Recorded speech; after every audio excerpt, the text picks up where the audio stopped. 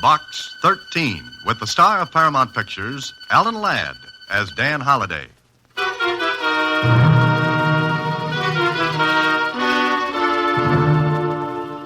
Box 13, care of Star Times. Your advertisement in the paper has intrigued me. Naturally, I wonder whether you are serious or insane. Either way, I think I should like to meet you and perhaps offer a proposition which may intrigue you. Incidentally, there is $100,000 concerned. Does that get your interest? If it does, I shall expect you at dinner tomorrow night.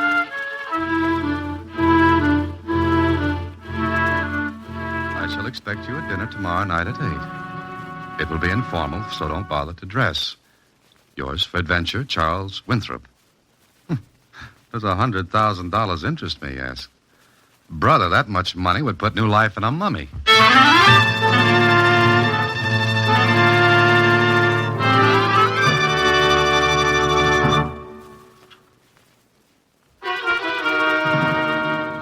And now, back to Box 13 and Dan Holliday's newest adventure, The Better Man.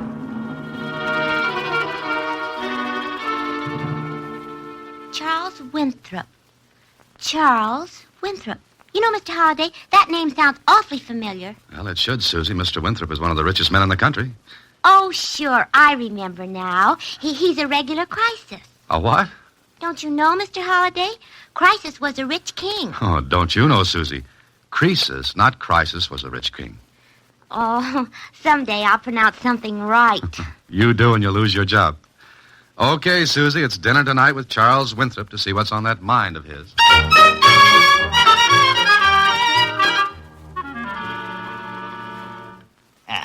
Cigar, Mr. Holliday? No, thanks. More coffee, perhaps. I don't think so, thanks. Curious, Holliday? Very. All right, my boy. We'll take care of that shortly. Oh, excuse me. I want to tell my butler he needn't stay around. William, come here a moment, will you?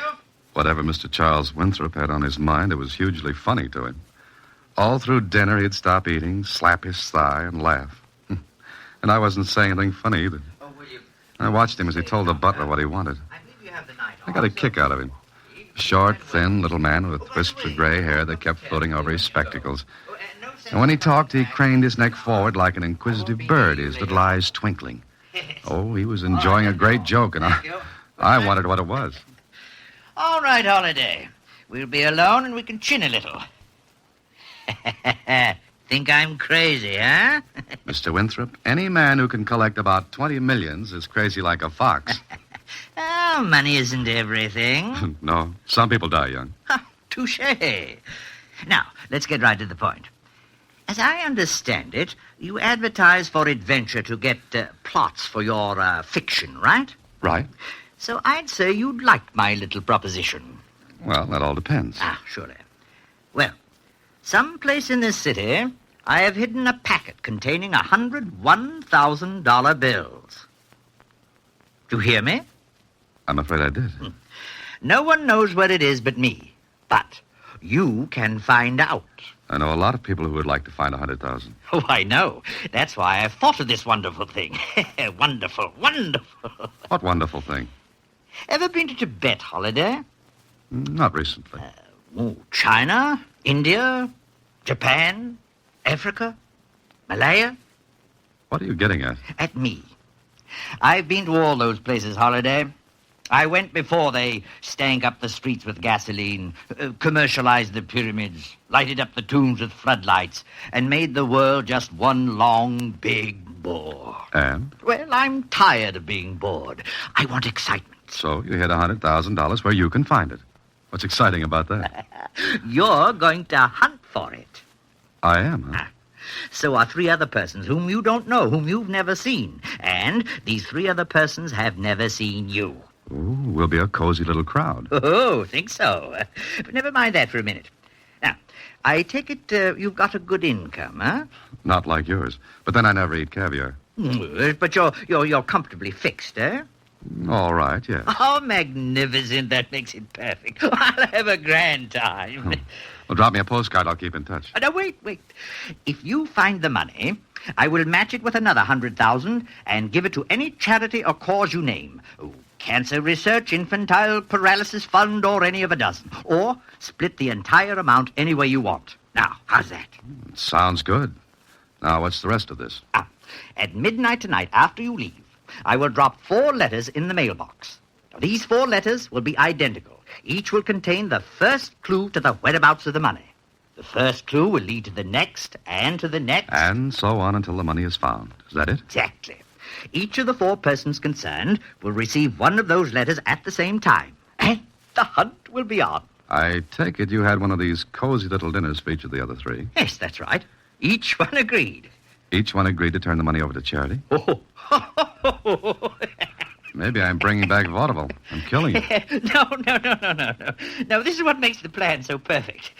One of the persons is a man who would kill to get that much money. Oh, I chose him well. Oh, no, he'll not turn the money over to charity. I see. And the others in this little game? Well, I'm not so sure.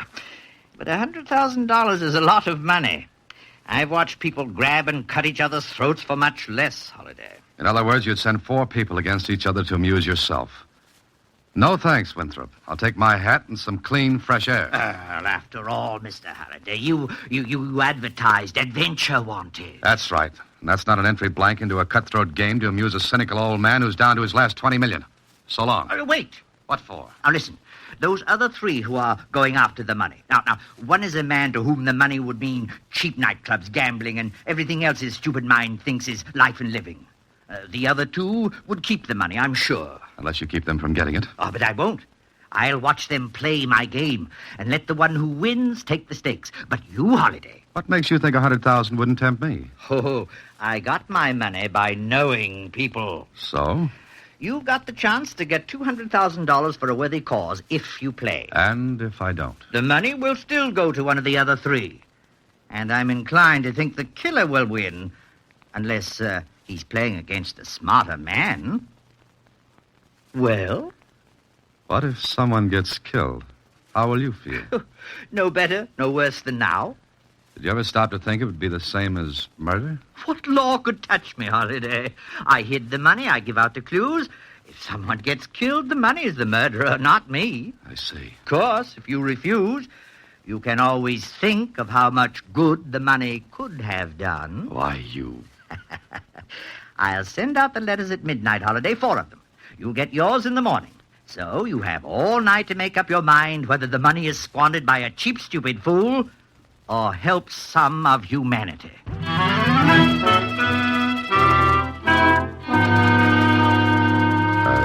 went home. I went to bed. I didn't sleep much. I had dreams. Dreams that featured the grinning, weazened face of old man Winthrop, $1,000 bills, sick kids in hospitals. They changed places with each other all night. Then in the morning... All right, who is it? Special delivery, Mr. Holliday. Okay, thanks. Shove it under the door. Yes, sir. It was from Winthrop. At first, I wanted to burn it, forget the whole thing. Because the thought of people running around a city fighting over that money made me a little sick. Then, I guess I was mad at Winthrop at his cynical attitude that the killers would always win. I opened the letter and later in my office listened to Susie read it. High swings the hunter, his dog's eye bright. Where science is king, the clue will be right. What's it mean, Mr. Holliday? I don't know. High swings the hunter, his dog's eye bright. Hunter? Hunter? Me? And his dog's eye bright. I never saw a dog with only one eye, or a hunter with a dog's eye. His dog. And why, where science is king? Gee, I never saw a puzzle like this one before. Well, old man Winthrop is certainly having his fun. I worked out a puzzle once about movie stars. The names were all jumbled, see? And Susie. And... Susie, say that again. Say what? What kind of a puzzle did you work out? One about movie stars. Why? Stars, stars, stars. Susie, you're wonderful. Am I? Absolutely magnificent. Here. Mr. Holliday, you kissed me. All that and a raise, too. But what did I say? The dog star, Susie, the dog star. What dog star? Hand me that encyclopedia, quickly. Gee. Here. Now. Now, dog star. Here, listen. The dog star, or Sirius, brightest star in the sky, in constellation Canis Major, the great dog. Oh, but what about the hunter? Listen, Sirius may be seen below and to the left of the constellation Orion, the hunter. That's it, Susie. High swings the hunter, his dog's eye bright. But what about the next line? Where science is king, the clue will be right. I don't know, but it's got to have something to do with Orion the hunter. Listen, Susie, I'm going to find out a few things. I'll be at the Star Times for the next half hour. Okay, I'll say one thing for Winthrop. He made the game fun to play. That is, if keeping one step ahead of a killer was any fun. Anyway, at the Star Times, I talked with the science editor. Say, what the devil are you up to, Dan? Hey, look, Lou, give me some help, will you?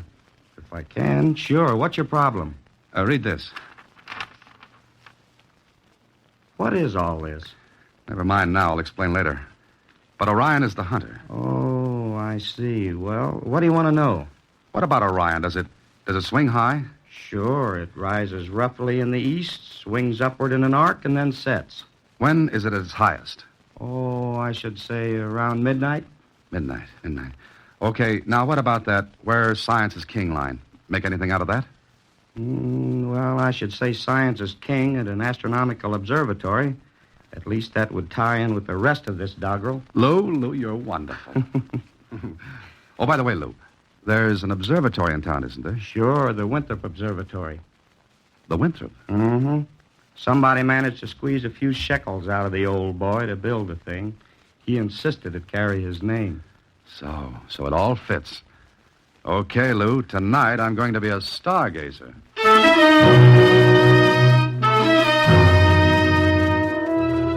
It was hard to wait through the rest of the day, but I made it. Then that night I drove up the long, winding road that led to the Winthrop Observatory. Again, the old man picked his spot nicely. It was dark, and a creeping, damp fog settled down in curling waves. There wasn't a light within 10 miles. Then I broke out of the fog, and the mountain leveled off. In the sky, the stars were big and bright. And I came to the end of the road. From here on, it was shoe leather instead of horsepower. I looked up in the sky. Swinging up, and in front of me was Orion. Below and to the left of him, a white star shimmered in the night sky.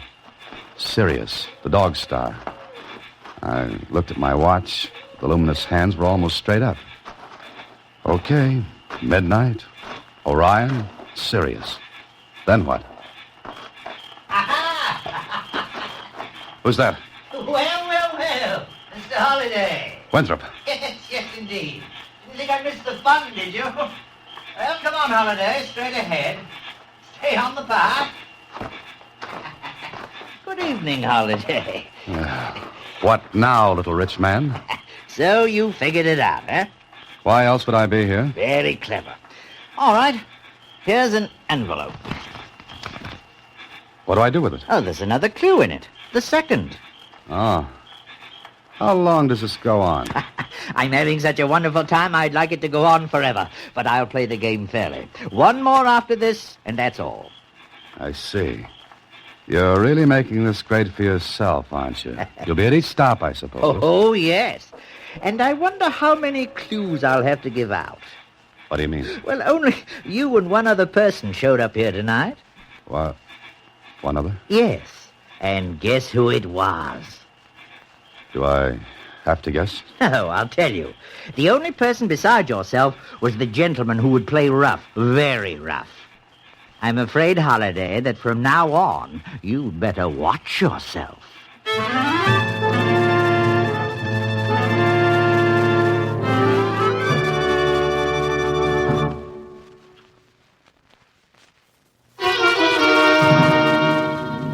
And now back to The Better Man, another Box 13 adventure with Alan Ladd as Dan Holliday.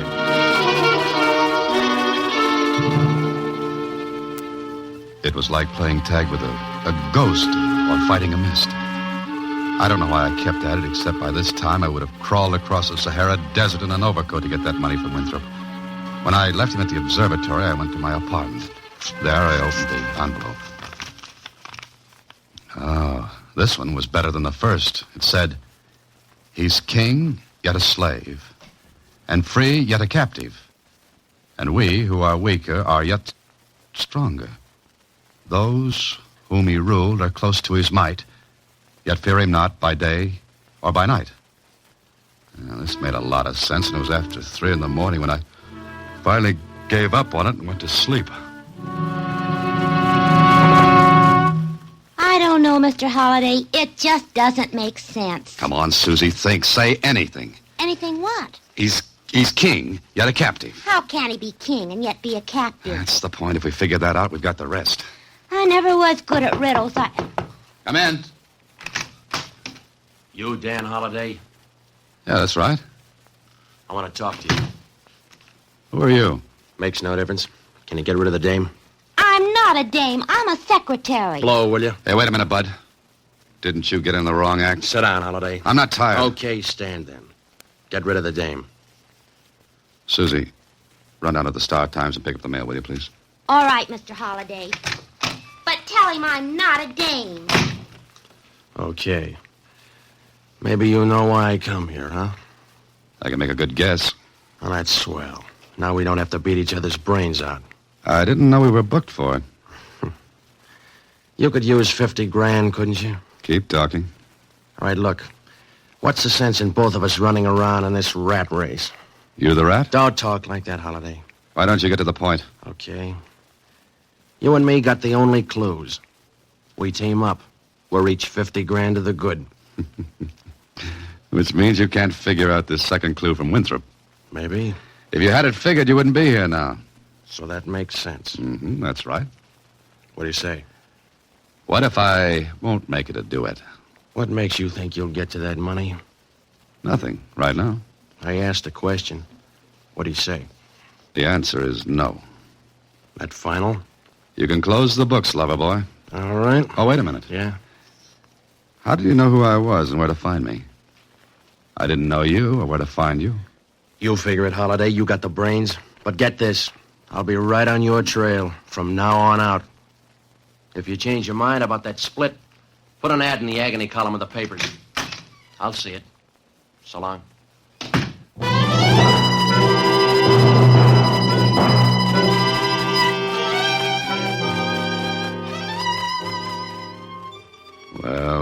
Well, that flat-eyed character knew me. But Winthrop said none of us would know each other. So I looked up Winthrop's number in the phone book, dialed it, and... Hello? Winthrop? Yes? Oh, is this Holiday? Look, I just had company. No. Yes, thanks for sending him, Winthrop. How did you know I did? Don't give me that, how else would he know who I was? That's right. I had to put a little zip into the game, Holiday. He's such a charming fellow, isn't he? Okay, you've had your belly laugh, but that's it. Oh, you're not quitting. I don't like to be thrown to the lions. What did you say? I said I... Well, go on.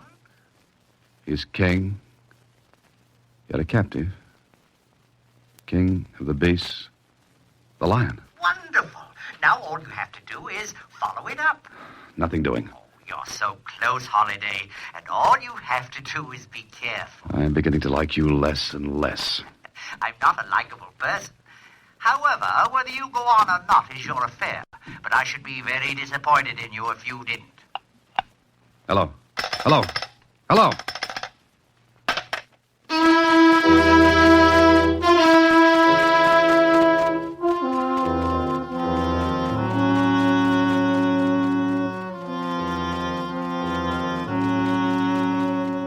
Well, I had the choice, and I was itching to get even with Winthrop. Somehow I was beginning to suspect he had no intention of letting go of $100,000, and that made up my mind for me. I figured out the rest of his little note, and the only place I could see a lion free, yet captive, was at a zoo. So it was to the zoo I went. The park was crowded, kids, grown-ups, all milling around. Then I came to the lion pits, those semi-natural habitats without bars. I drifted close with the rest of the crowd, leaned over the iron railing that ran along the edge of the moat, and then... Hang on, give me your hand, quick. Pull me up, will you? Hang on. Hey, mister, what was you trying to do? I didn't try it. Thanks for helping. Brother, they almost had real fresh meat. What'd you do, lean over too far? Yeah, much too far. And I had help. Lucky you thought to grab that rail. It was a good thought. Thanks again. That's okay, mister. Boy, oh boy, that was better than Frank Buck. Well. Did you have a little trouble, Holiday? Winthrop. Pretty close, wasn't it? Did someone shove you? You guess, Winthrop. Dear, what some people will do for money. Winthrop, you're not very big. A nice, easy shove, and you'd be where I almost went. Oh, but you won't, Holiday. You won't because you're not the type that kills. Now, your anxious friend is different from you. I don't know what keeps me from seeing how tightly your head's on your neck. Oh, you don't like me. All right, Holiday. You've reached the end of the trail. Be at my home at 8 tonight.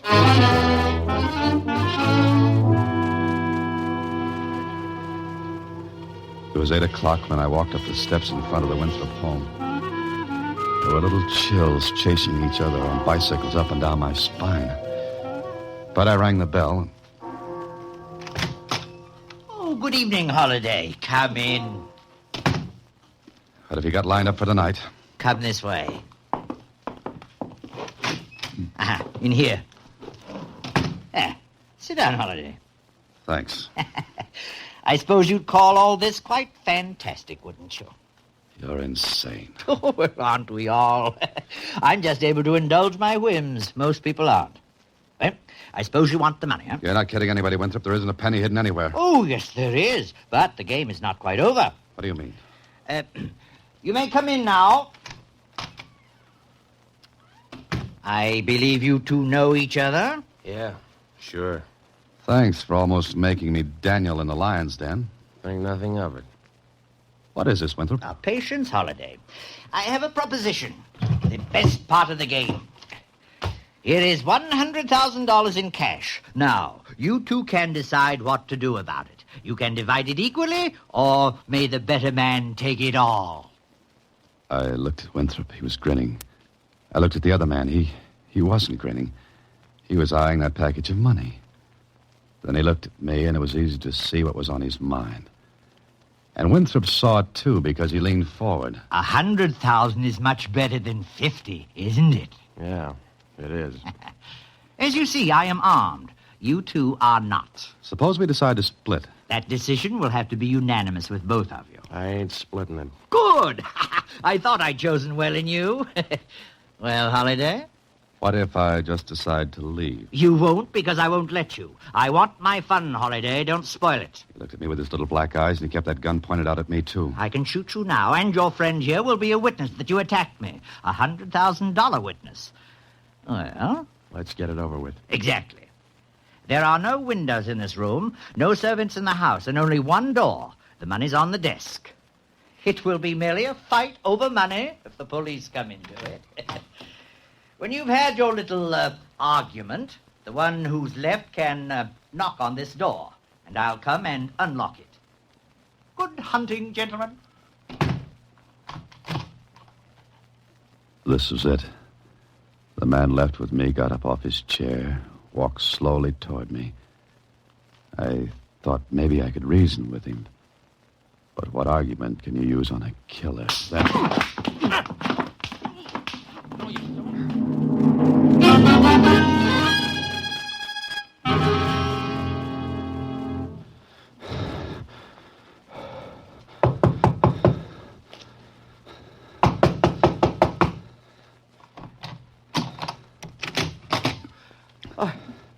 Holiday.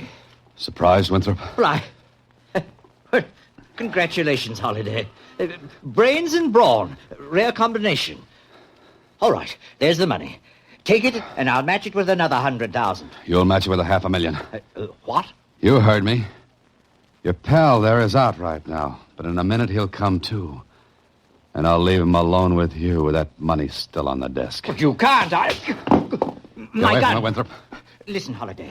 Now, you're not a killer. You wouldn't leave me alone with him. No, watch. And I'll take your gun with me and lock the door behind me after he wakes up. Wait. And I could be a witness. $100,000 witness that he killed you in self-defense. You wouldn't, you... Why, you're not that kind. You wanted to play dog-eat-dog, now play it. All right. What do you want? Sit down at your desk, make out a check for $500,000. We'll decide where it goes later. And we'll both go to the bank tomorrow and cash it. Something funny? It's just that I could refuse to have it honored at the bank. Yes. Yes, you could. But you won't. All right, Holiday. You've almost restored my faith in people. Give me that pen.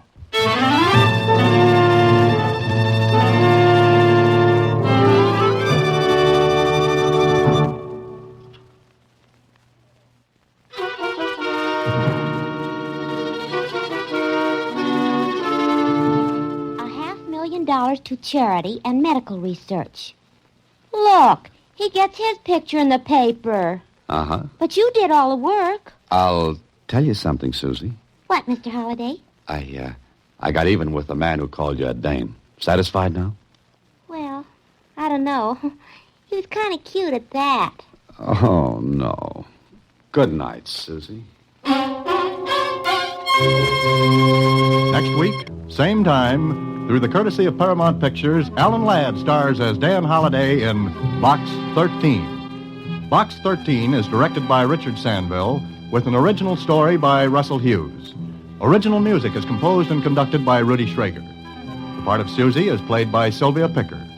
Production is supervised by Vern Karstensen. This is a Mayfair production from Hollywood. Watch for Alan Ladd in his latest Paramount picture.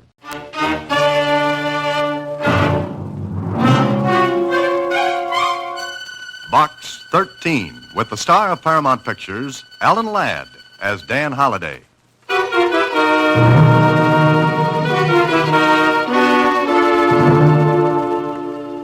Dear Dan, I know all about your Box 13 ad in the Star-Times, but I'm writing to you as a friend to come and see me. As you know, I'm teaching at Riddell College, not too far from where you are. Frankly, I've got a problem. I don't know whether it's anything you get excited about.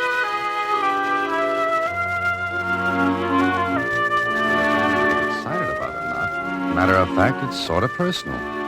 But, well, will you come to see me? Bob Lanham. Yeah, it was a personal problem, all right, at first. Then the whole thing got tangled around. Up to my neck.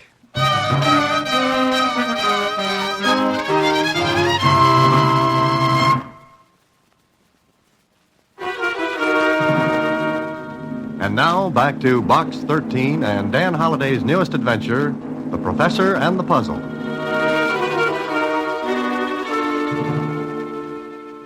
Maybe it'll be a kind of a vacation for you, Mr. Holliday. Could be, Susie, but somehow I have a habit of running into trouble, or it runs into me.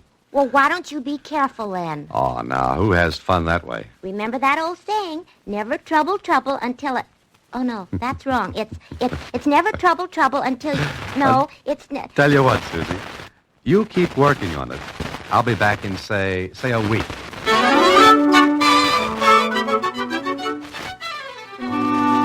Riddell College in the northern part of the state was one of those little places where classes are more important than football, and education is still the prime reason for the buildings being there. I drove to the campus, found the teachers' club where Bob stayed. He was a bachelor. And later at dinner... I don't know, Dan. Maybe all this is silly, but... Well, I thought perhaps you could help. Well, I can't unless I know what's troubling you. Well, I was engaged to be married. Was? Who changed whose mind? Evelyn. I mean, she changed hers. Oh, I'm sorry, Bob. What happened? Well, I don't know, Dan. Everything was fine for a while, and then, poof, it's all off. And you don't know why? No. Well, did you say something? Do anything? Not that I know of, but... But what, Bob? Listen, let's forget it. I almost sent you a wire telling you to forget my letter. But you didn't. Which means you've got something else on your mind. Want to spill it? All right. But don't let Evelyn know I told you. Well, of course not. Well, everything was fine, as I said, until her uncle committed suicide. Suicide? Oh, I'm sorry, Bob. Now she's going to marry Ed Macklin, Oh, now, wait a minute. Her uncle killed himself, and that makes her break her engagement with you and tie up with this Macklin. Doesn't make much sense, does it? Not enough to do much good. That all you know? Yes. Just a day or so before he died, Evelyn sent back my ring. Just like that, huh? Oh, there was a note, but it wasn't an explanation. Just that she thought it wouldn't work. No hint of that before Uncle's death. None, Dan. Absolutely none. That's what's got me stumped. But I could understand it if it wasn't Ed Macklin. He's lots older than she is. Why, it was a kind of a joke between us that he... Who is Ed Macklin? Well, he was her uncle's assistant. Assistant? I'm making this as clear as a mud puddle. But Evelyn's uncle, Professor Gardner, was professor of mineralogy. Macklin was his laboratory assistant. Oh. And that's all I know. You sure? Well, of course. All right, now the $64 question. Why did Professor Gardner kill himself? Dan, believe me when I tell you he didn't have a reason in the world. Not a single reason.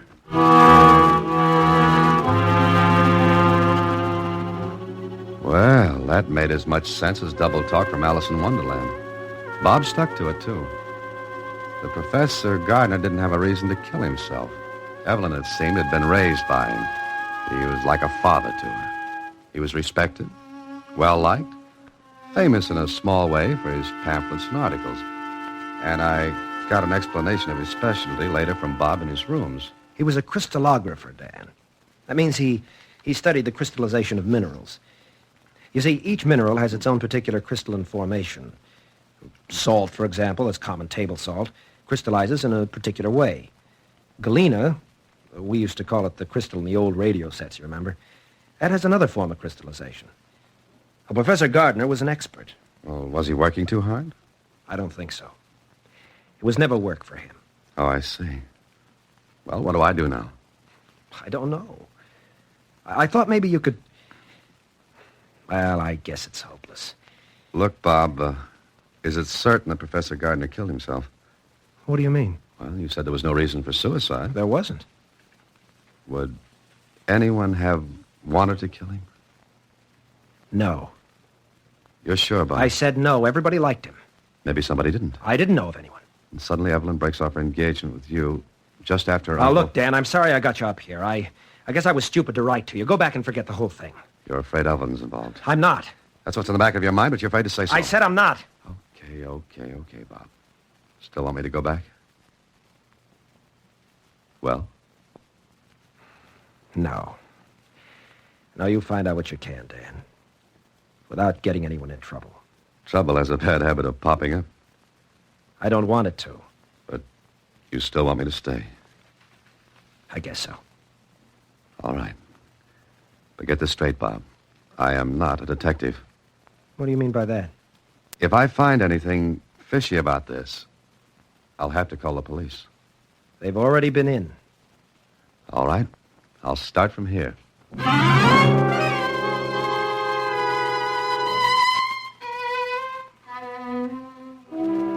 the rest of the evening, we sat and talked. Bob was nervous. He wanted me to help because he was in love with Evelyn. But he didn't want me to help because he was afraid of what might turn up. Well, what could turn up? I found out. It was the next morning that I put in a call to Lieutenant Kling. Waited a half hour. Then ambled down to the local police department of Riddell. Oh, yes, Mr. Holliday. Lieutenant Kling called here. Told me about you. I asked him to. Name's Carson. I'm chief of police here. Yes, I know. What can I do for you, son? Well, if I'm butting in where I don't belong, just say so, will you? Can't tell that till you spit out what's on your mind. Chief Carson leaned back, lighted a corncob pipe, and waited for me to start talking. I liked him. Behind that pink face was a good, shrewd mind. I told him I had come to Riddell, and when I'd finished... Uh-huh. You ain't a detective. No, not even a private one. Just helping a friend, eh? That's all. Well, can't say as I can tell you any more than Bob Lanham did. You sure? Yep. Found Professor Gardner in his laboratory. Oh, at the college? No, he had a little workshop back of his house. He was sitting at his table there, his own gun in his hand. Shot himself through the heart. Oh? Something sound odd to you, son? Yes, a man doesn't usually kill himself that way. That's right. Usually in the head.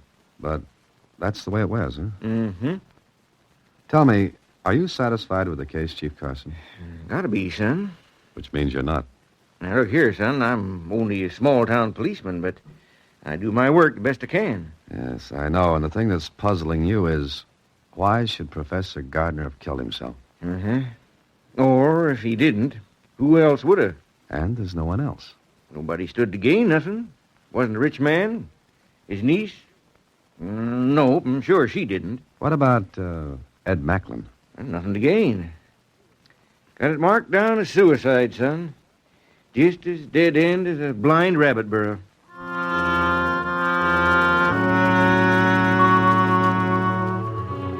And so it was. A dead end. I didn't press Chief Carson any further. He was shrewd enough to look for clues, and there just weren't any. I went back to Bob's rooms and stopped outside the door. It sounded as though a square dance were going on, with hot music. I opened the door fast. All right, break it up. Come on, break it up. Bob, stop. Bob, get back now. Try it again, Lanham, and I'll turn it. Dan, get out of the way. Now, cut it out. Oh, let him come on. Get out of here, Macklin. For now, sure. But try to see Evelyn once more, and I'll beat your head in, that's all. He's a little bigger than you are, Bob. All around. I'll kill him. Now, take it easy. What happened? Well, I tried to see Evelyn this afternoon. She wouldn't talk to me. Macklin came in a couple of minutes ago, and, well, you saw what was happening. Yeah, I did. It's a nice eye you've got there. Shut up. Oh, now, look, remember me? I'm sorry, Dan. Okay. So that's Macklin. Uh-huh. Sit down, Bob. I don't want to sit down. Sit down. All right. Now, that's better. Now, how far do you think you're going to get by running into his fist? Now, listen, Dan, I've got to see Evelyn. I've got to find out what's going on. All right, maybe we will. Why is Macklin afraid to let you talk to Evelyn? I don't know, Dan. I take it he's, well, to use an old-fashioned word, a rival. I never thought so. But then, just before her uncle's suicide, she suddenly switches to Macklin. But why? Why should she? If we find the answer to that, Bob, we'll find out a lot of things. Now, let's get a side of beef and fix up that eye. You're going to look pretty silly teaching class tomorrow with a shiner.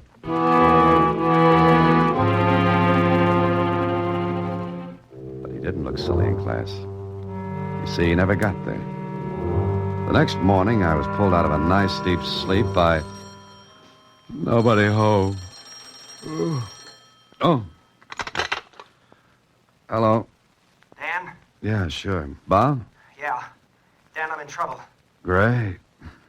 How could you get in trouble at 6 in the morning? That's too early. It's not a joke, Dan. I'm in jail. Huh? For what? For killing Ed Macklin.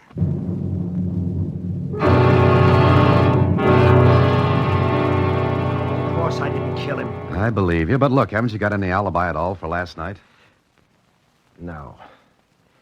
When you left me, I went for a walk to think things over. Oh, fine. Everybody goes for walks when somebody gets killed. What time was Macklin killed? Just about the time I was out for that walk. Morning, Holiday. Nice day. Oh, hello, Chief. You want some breakfast, son? No, nothing. Well, you gotta eat, son. Got some ham and eggs. Nothing, I said. Bring it, Chief. He'll eat it. Uh-huh. You want anything? Meaning me? Yeah. Okay, thanks. Oh, not at all. Looks bad, don't it? Yeah. Why did you arrest Bob? Well, you ought to know, son. You saw the fight they was having. One of the teachers living next door to Bob here heard it. And... Oh? Yeah. Well, looks like you've got a motive, Chief. Uh-huh. Macklin takes his girl. They get in a fight. I didn't kill him. Now, I want to believe that, but... Chief, I'd like to talk to Bob if I can. Huh? Oh. All right, I'll get the ham and eggs. Be back in maybe 10 minutes. Don't you believe me, Dan? Oh, of course I do, Bob. Look, how was Macklin killed? Knife. His own. Uh-huh. Now, listen, I've got to see Evelyn. What for? Because I believe everything goes back to her uncle and his death. How? I don't know. I'd like to find out. Nothing makes sense. Nobody had a motive for killing Professor Gardner. And everyone says he couldn't have killed himself because he didn't have a reason. So what have you got? What have I got? Bob, I haven't the faintest idea. Yet.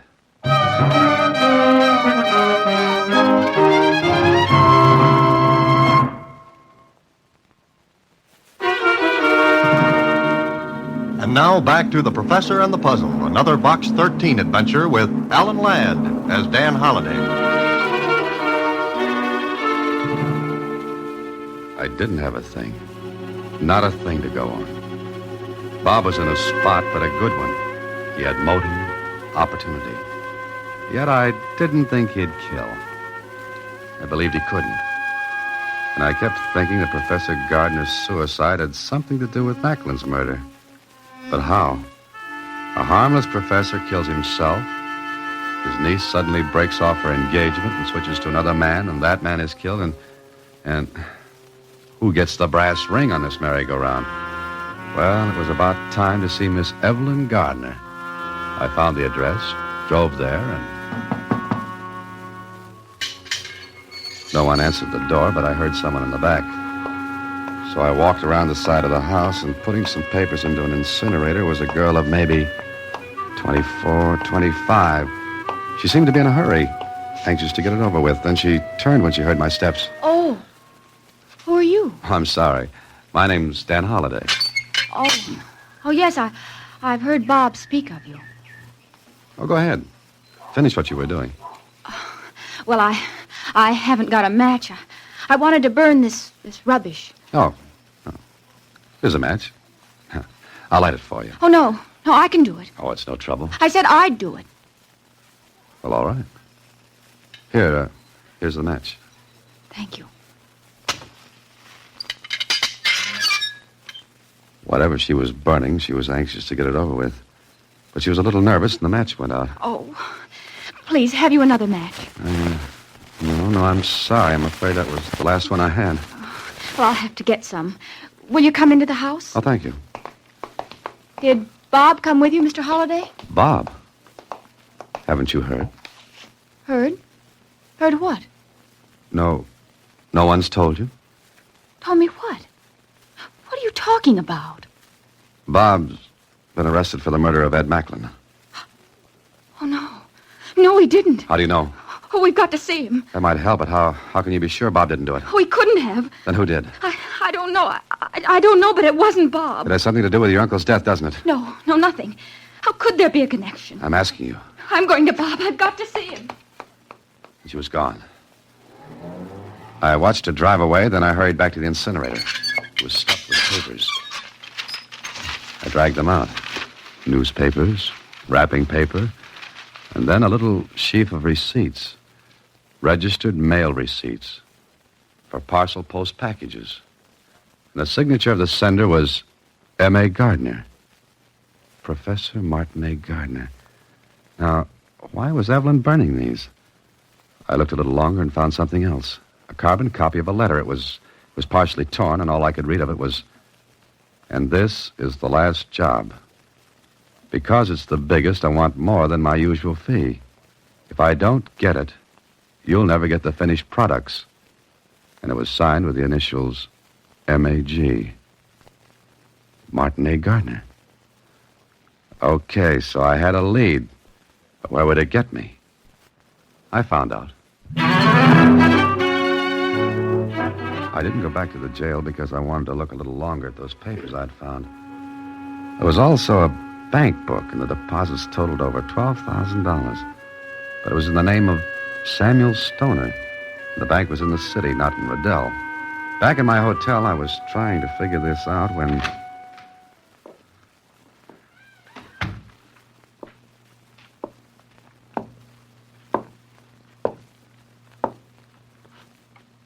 Hello. You know, that thing's liable to go off. Yeah, it could. Mind if I sit down? I wasn't expecting company. I'll sit down anyway. Okay. Now that you're rested, goodbye. In a hurry? That's right. Not so fast, sweetheart. Stay sitting. That's better. What do you want? What you've got right there. These? That's right. Push him across the table. Keep your hands on top. Scared? Not at all. Now, light a fire in that grate. It's awfully warm, don't you think? It could get hotter. Go ahead. Light a fire in that grate and step on it. Oh, we're going to toast marshmallows, are we? Could be. Now, put some paper on it. Oh, pardon me. You don't have a log with you, do you? I'll bring one the next time. Now, throw that stuff on the fire. All of it. But I haven't looked it over yet. Throw it on. Well, what could I do? I threw all the stuff on the fire, watched it burn away. My company did, too. Watched it burn, I mean. He was a cool cookie. Then... Pretty, isn't it? I used to sit in front of a fireplace and read when I was a kid. But you didn't get to be president. No, that's true. Poke it up a little. See that it's all burned. It is? Good. Now I'm going. Oh, I was hoping you'd stay for dinner. We could put up a spit and roast a chicken. Oh, I almost forgot. You're to stop nosing around. Well, I guess I have to, with that stuff burned. That was the idea. Yes, I suppose you'd have killed me as you killed Macklin. A shot in the dark, but it hit. His face, not so bad before, got twisted up. His fingers tightened on the trigger of his gun, but then he smiled. You'll have to prove it. And something tells me you'll never see me again. So long. Okay. Maybe the things were burned, but I remember one thing. An address. The address on the registered mail receipts where Gardner had sent the packages. And there was the name Samuel Stoner. Something told me Stoner and Gardner were the same and that bank account was his. But why? Why was he paid that much money? What was he doing? Well, there was only one way to find out. Go into the city and go to the address written on those receipts. I drove into the city. The address was an office building. And there were 50 firms doing business in that building. I looked at the directory in the lobby. No good. How could I visit 50 places and get right answers? Then I saw him. The man who made me burn the papers. He went into the building. He didn't see me. I tailed him. Watched him get into an elevator. I got close enough to hear him say, 7, please. 7th floor. There were other people in the elevator. Chances are it'd make a lot of stops before it got to 7. Okay, the steps for holiday.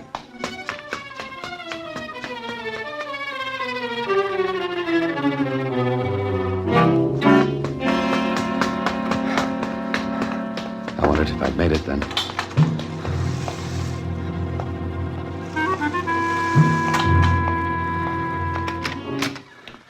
He went into an office that had no name on the door. I waited, and then...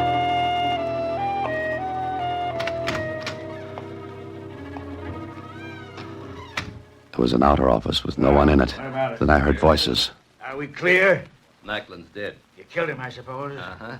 But it looks like someone else did. It was a perfect setup for a frame. Oh, the niece business, huh? Yeah.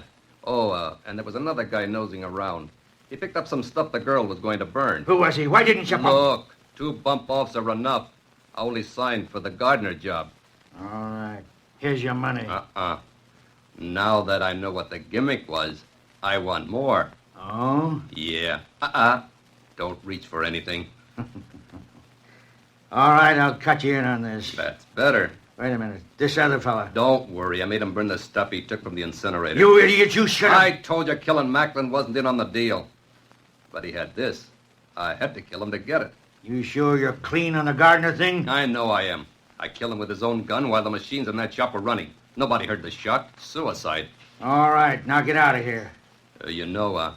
I'm taking this with me. Put that down. Don't worry. We'll split on it. I just want to make sure there's no double cross. Now, see you later. I stepped back, waited. Then as he came through the door, I knocked the gun out of his hand and grabbed it. Stay where you are. What the... Well, so you a fella... Shut up. I'll take what you brought back. No. Hand it over, Cookie. Come on. Well. Okay, let's all take a trip to headquarters. Well, with those 2 sweethearts safely tucked away, I began to put the pieces together. I did some reading, then I went back to Riddell. Went back to see Bob. Dan, where you been? Playing tag with a man, Bob. Got a phone call, Holiday, from the city. You're letting me out? I think they are. Yep. No more free meals on the town, Bob. Come on. But Dan, what happened? We've got to go see Evelyn right away and straighten out a few things. Now, sit down. Both of you. Evelyn, Yes? I think I know the whole thing. Yes, I guess you do. What's everyone talking about? Why was I let out of jail? Because you didn't kill Macklin. And Professor Gardner didn't commit suicide. He didn't? Well, how do you know? He was killed. Look, Evelyn, Bob would have been convicted of Macklin's murder if I hadn't... Well, Bob, Professor Gardner was doing illicit diamond cutting. What? Yes, he had a perfect setup for it. The shop where he worked cutting and polishing his mineral specimens. The stolen diamonds were sent to him. He recut and polished them so they could be offered for sale. Isn't that right, Evelyn? Yes. But Macklin. I think you'd better tell him, Evelyn. Ed Macklin found out. Then my uncle was killed, and Macklin knew why. You mean he threatened to expose your uncle if you didn't marry him? Yes. He wasn't sure until after Uncle Martin was killed. Killed by a hired killer. Hired by the man who was sending the diamonds to be recut. Professor Gardner was going to quit, but he received one last diamond. The biggest. He wanted more than his usual fee, or he would keep the diamond. But Evelyn, how does she come into it? Well, naturally, Evelyn wanted to protect her uncle's name, but Macklin's death prevented it. You see, Macklin found the big stone, and he was killed because he did.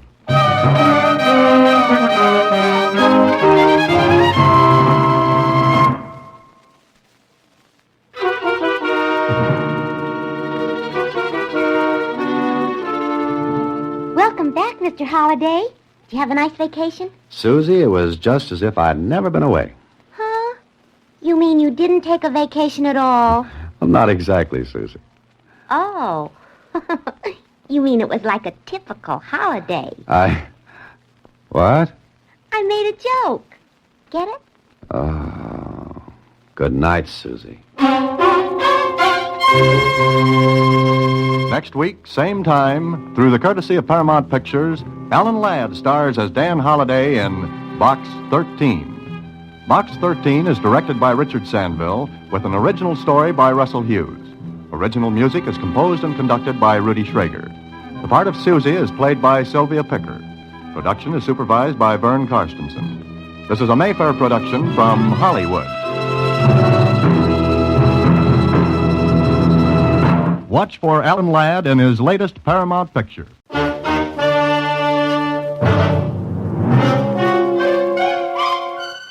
Box 13, with the star of Paramount Pictures, Alan Ladd as Dan Holliday.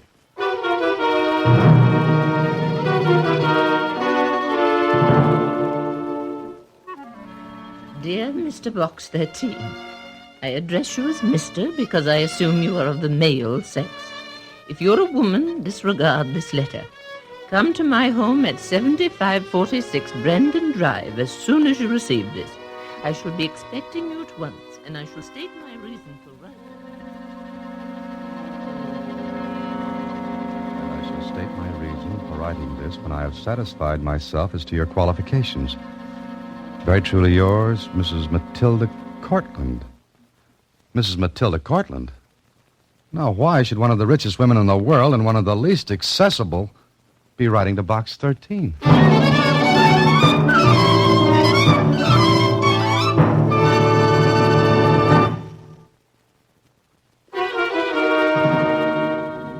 And now, back to Box 13 and Dan Holliday's newest adventure, The Dowager and Dan Holliday. Golly, Mrs. Matilda Cortland. Impressed, Susie? I sure am. Why, nobody ever sees her. And practically no one knows what she looks like. She hasn't had a photograph taken in, Come to think of it, I don't ever remember seeing one. Maybe she's a refuse. Susie, you mean recluse. Oh, do I? When Matilda Cortland wants help, it's got to be something big. Okay, Susie. Mrs. Cortland's wish is my command. See you later. The Cortland Mansion on Brandon Drive was the showplace of the city. People craned their necks to look at it. All they ever saw was the dignified, prim exterior. Now, I was privileged. I saw the inside. Because when I rang the front doorbell... Yes, sir? Oh, how do you do? I'm the man from Box 13. Oh, will you come in, sir? Follow me, sir. I followed the butler down the hallway. The house was just as I expected. It was the 19th century refusing to believe that the 20th had ever rolled around. Then... One moment, if you please, sir. Yes? I beg your pardon, madam, but the gentleman you were expecting has arrived. Show him in. That will be all, Jessup? Yes, madam. Stand there for a moment. Huh? I said stand there for a moment. The room was darkened, the shades were drawn over the windows, and the heavy old-fashioned drapes let in very little light. Then my eyes became more accustomed to the darkness, and I saw her.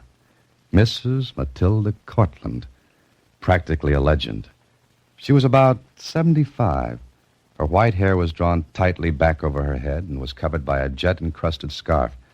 Her dress was a museum piece, and it fell to the floor in heavy folds. Now you've seen Matilda Cortland. That's an accomplishment, young man. Yes, I know it is, Mrs. Cortland. Come closer. That's enough. Now, turn around. Turn around? Yes. Are you a sample of what this modern age has produced? It's very nice out there, Mrs. Cortland. Matter of opinion. How old are you? 32. You may sit down. Oh, thank you. Why didn't you come sooner? I only received your letter this morning. It's after 1. I ate lunch. I've developed that bad habit. You could have had lunch with me. Well, the letter didn't invite me. No matter. This is your advertisement in the Star Times?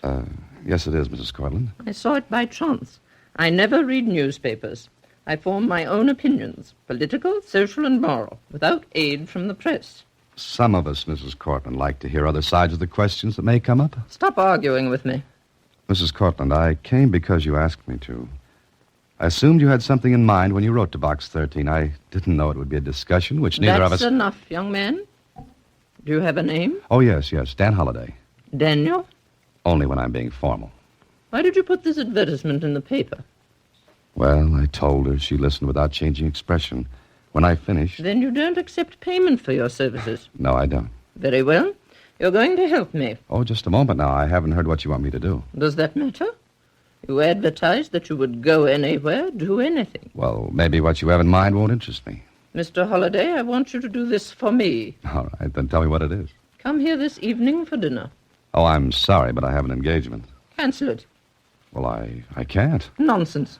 Anyone can cancel an engagement. Look, Mrs. Cortland, this is the 20th century. I know there were days when the word of Matilda Cortland was law to the society of this city, when engagements were canceled right and left to leave room and time for your dinner parties. But I still have an engagement I intend to keep. You're unreasonable. No, correction. Independent is the word. No matter. But it does matter, Mrs. Cortland. Now, if you'll excuse me. Wait. Yes? Tomorrow night, then. I think I can make that. 7 o'clock. Please be prompt. Do I dress? Of course. And meanwhile, I'm supposed to guess what you want me to do. I know the dinner isn't all of it. And that's quite right. You will meet my grandson and a woman. And then? And then, no matter what I say, you're not to act surprised, astonished, or give the least sign that anything is strange or new to you. No matter what you say. You think you can manage that? I'll try, Mrs. Cortland. I'll try. Remember, what I say or do may startle you, even shock you, but under no circumstances are you to betray your feelings.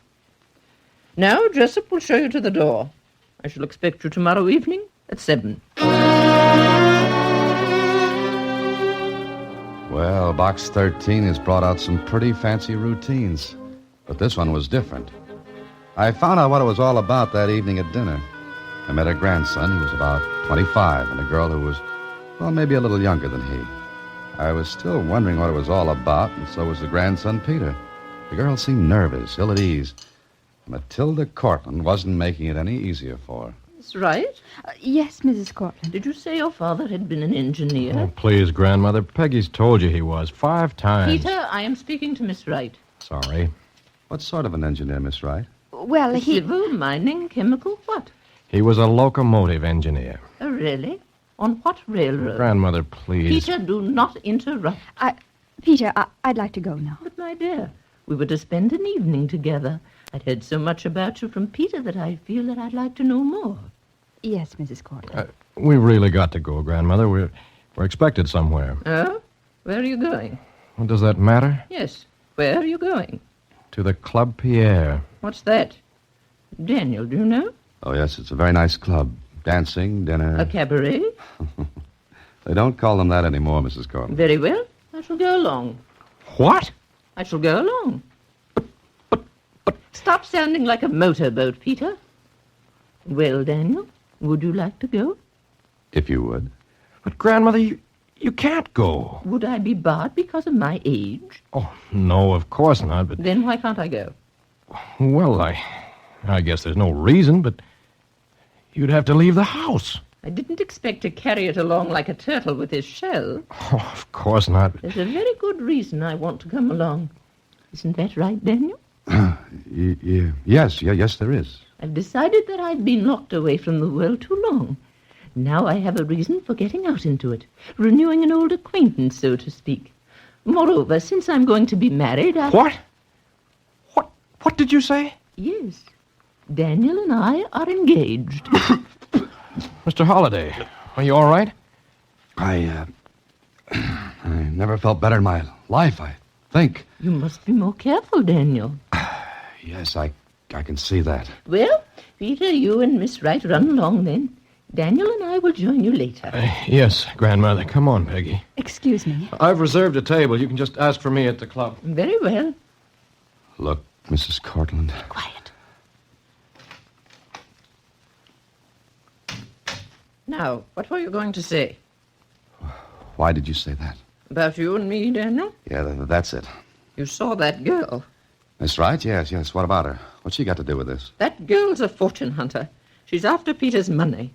My money right now. And where do I fit in? I think when she realizes Peter is not liable to inherit my money, we can forget her. In other words... Exactly. You would inherit my money as my husband. Now, wait a minute. You don't have any intention of keeping on with this, do you? I never start what I cannot finish. Well, I'm sorry, but you can count me out. Why? Because it's ridiculous. I love my grandson. I would do something ridiculous to make him happy. Well, go talk to him, then. I've tried. He's infatuated with that girl. All right, forget that. What kind of a reputation do you think this will give me? I'll be the fortune hunter. Not at all. You earn a very good living from your writing. Yeah, I know, but... I have enough influence to keep this out of the papers. I promise you, this will be between you, Peter, that girl, and myself. No, I can't. Daniel, I'm an old woman. I have nothing in the world but that boy whom I love dearly. When I die, I want to be sure he's happy. I'm lonely, Daniel. Very lonely. The only comfort I have is Peter. And that comfort would be taken away if I thought for even a moment that his happiness would be ruined by a woman who cares nothing for him, but for what money he'll have when I die. Please, Mrs. Cortland, what you're asking is... I know, a great deal. It might cause you embarrassment. But believe me when I tell you that it cost me a great deal in pride just now to confide in you, a stranger. I know what people say about me. Matilda Cortland, tyrant, moneybags, recluse. All those and more. But... Let me finish. Then you can decide. I'm afraid to leave this house. Afraid? Why? Because I'm afraid of the outside world. When my husband died, I went on. Then my daughter died. My son-in-law died. Peter is all that's left. I want him to be happy, and I'm willing to sacrifice anything to see that he is. Mrs. Cortland, you're making it tough on me. It'll be just as tough on me as you put it. How long does this go on if I agree? Until I find out. Well, I'm a sucker, Mrs. Cortland, but all right. Thank you. Now, Daniel, please take me to the Club Pier. So we went to the Club Pierre. I don't remember much about what happened, except that I felt like a goldfish in a bowl without water. Well, I played my part and went on for 2 days more.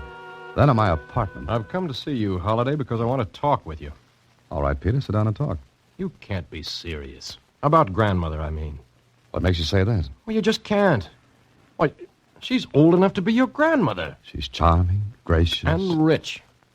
Money isn't everything. It must be to you. Now, wait a minute, Peter. What your grandmother does is none of your concern. It is when she makes a fool of herself, or when someone does it for her. Meaning me? Meaning you. I don't think I have. Besides, I'm having fun. I've learned to drive her electric runabout. It's a little slow, Oh, but you're not it's, even serious now. How do you know? Because it's ridiculous. Maybe she thinks your romance is ridiculous. That's none of your business. All right. All right, it's none of my business. And what I do is none of your business. And you insist on going on with this? Why do you say that? Because if you do, I'll find a way to stop it. Oh? How? I don't know, but I will. Is that a threat, Peter? No, that's a promise.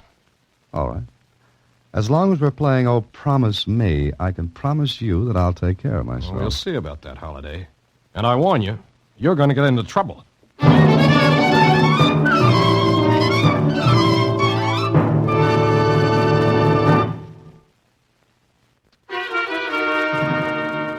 And now, back to The Dowager and Dan Holiday, another Box 13 adventure with Alan Ladd as Dan Holiday.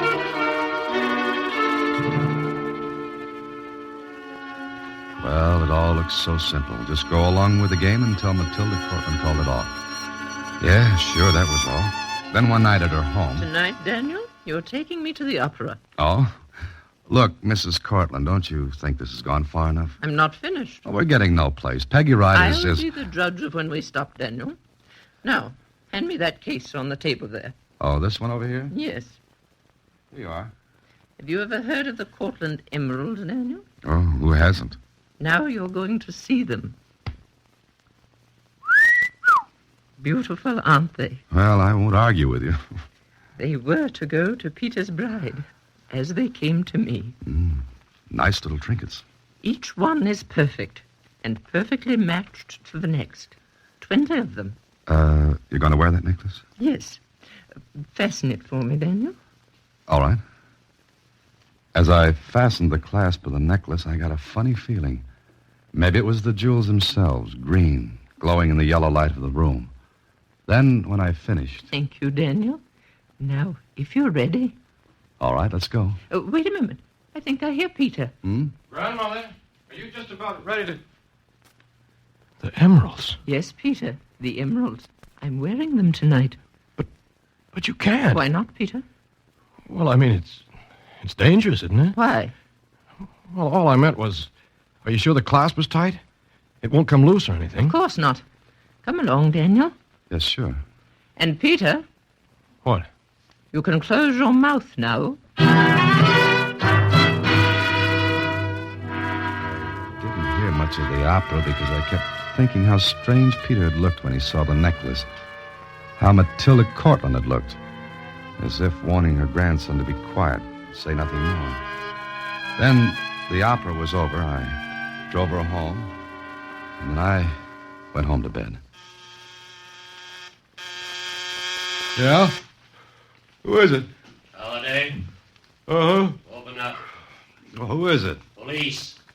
Police? Wait a second. Hey, what's up? You're Dan Holiday. That's what the name on my mailbox says. Why? Move over. Sergeant, stay out here. Now, wait. What's the big idea? Got a warrant to bring in. Me? What for? Sworn out by Mrs. Matilda Cortland. What? Let me see that warrant. You like the way it's written, Holiday? Well, what's the charge? Robbery. This is insane. What are you talking about? I can't talk any plainer than I did, Holiday. Robbery of what? Ooh, of about 20 emeralds.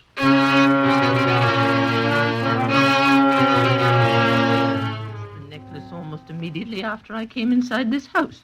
It was just after I'd left Mr. Holliday. No one else was with you. You know as well as I do that I didn't take that necklace. It was missing. Then look all over the house. The insurance company has already done that. Well, Holliday? You said that once. Did I? Well, you didn't answer it. I can't. Will you need me anymore, officer? No, I don't. Excuse me. You can hang up Jessup. I've taken it here in the library. Yes, of course. It's for you, officer. Thank you. Hello? Uh-huh. Oh. Okay. Stay there. Got any good answers, Holliday? Answers to what? How the necklace got into your apartment?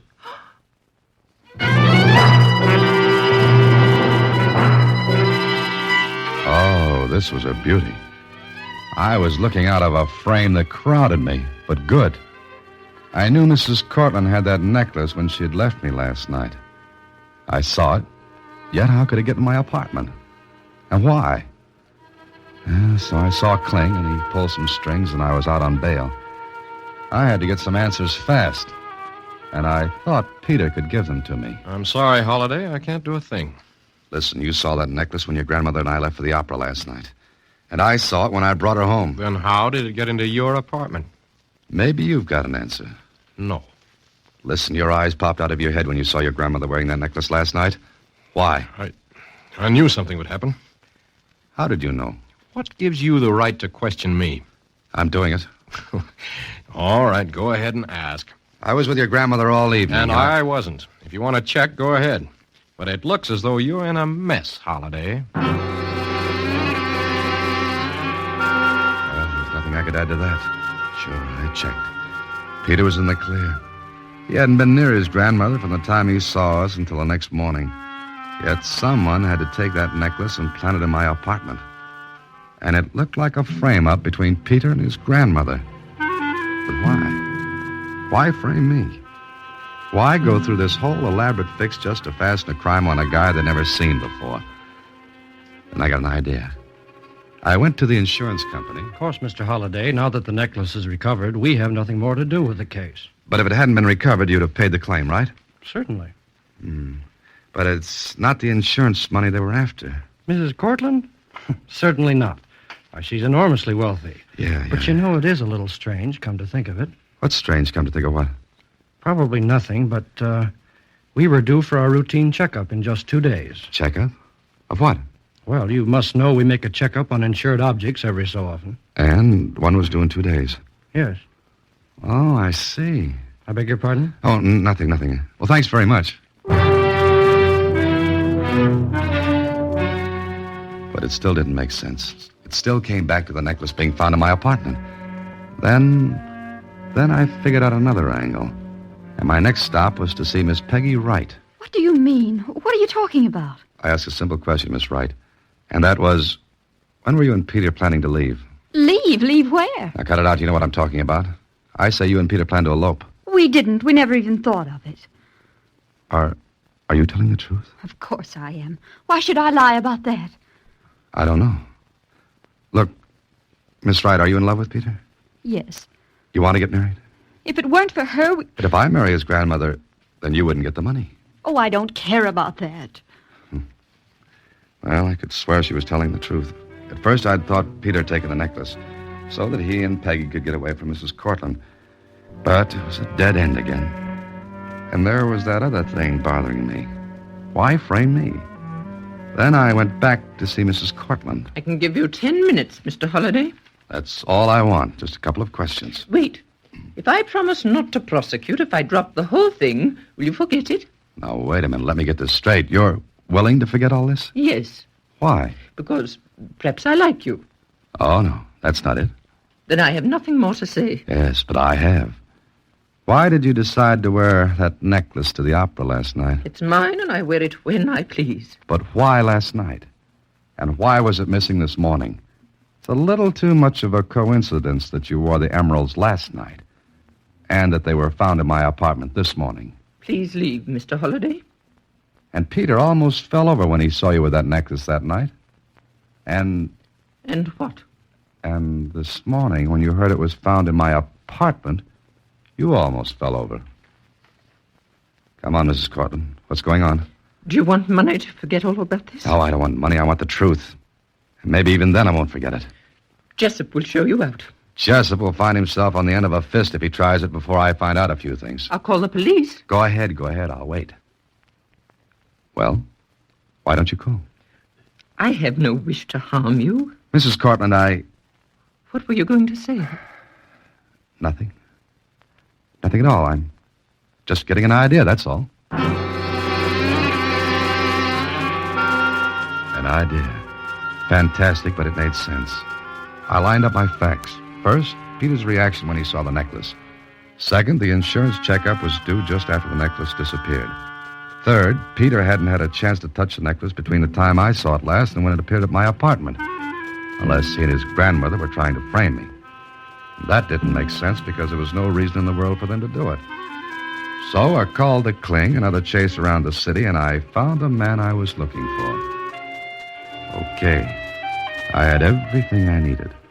And I called that evening at the Cortland Mansion. I made sure Peter and his grandmother were there. And I took Peggy with me. And in the library... This is the last time we'll see you, Mr. Holliday. I don't think so, Mrs. Cortland. Not after the little game we played. What do you mean? When we first started this, Twister, you said you'd do anything for Peter. What are you getting at, Holliday? And you, Peter, you said you'd get me in trouble. Listen. No, you listen. You planted that necklace in my apartment. Silence after that, huh? But it's true. You wanted to frame me. Mm-hmm. But you, Mrs. Cortland, you suspected he took the necklace, didn't you? You're quite mad. Oh, no. With the insurance checkup coming, you wanted to avoid a scandal because you thought Peter had taken the necklace. You had a paste one made. Uh-huh. I checked and found out. The paste one was the one you wore to the opera. And, Peter... What? That double take you did when you saw the paste necklace almost floored you. Because you thought you had the necklace. You didn't mean to steal it, did you, Peter? No way. Holliday's right, Grandmother. So you reported the missing necklace, the paste necklace, Mrs. Cortland, never thinking the real one would show up. Peter, you owe Mr. Holliday an apology. And there is the understatement of the year. Mr. Holliday, what can we do? Peggy, Yes? come here. You too, Peter. All right. Peter, you wanted to protect your grandmother by showing me up as a crook. Mrs. Cortland, you wanted to protect your grandson any way you could. It seems to me a lot of energy was wasted that could be used to good advantage. What do you mean? Why don't you stop trying to run other people's lives, Mrs. Cortland? Let Peter and Peggy get married. I'm sure it isn't his money she's after. If you don't, this would make juicy reading in the papers, I'm afraid. You wouldn't. Oh, yes, I would. Very well. Okay, Peter. You and Peggy run along, huh? Holliday, that's good enough. So long.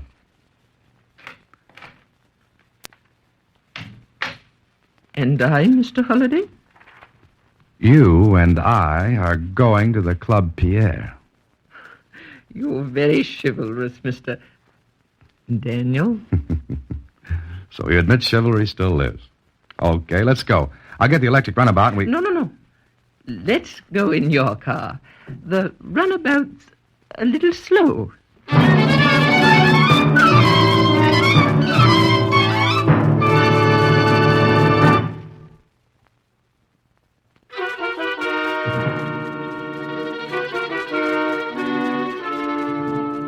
And so everything's all right now, Mr. Holliday? It sure is, Susie. Oh. What's so funny? I was just thinking, she couldn't have lost the paste necklace. All right. I'll play straight man. Why not? Because it would have stuck to her neck. See? Oh, I'll go get the mail for Box 13. Good night, Mr. Holliday. Next week, same time, through the courtesy of Paramount Pictures, Alan Ladd stars as Dan Holliday in Box 13. Box 13 is directed by Richard Sandville with an original story by Russell Hughes. Original music is composed and conducted by Rudy Schrager. The part of Susie is played by Sylvia Picker. Production is supervised by Vern Karstensen. This is a Mayfair production from Hollywood. Watch for Alan Ladd in his latest Paramount picture.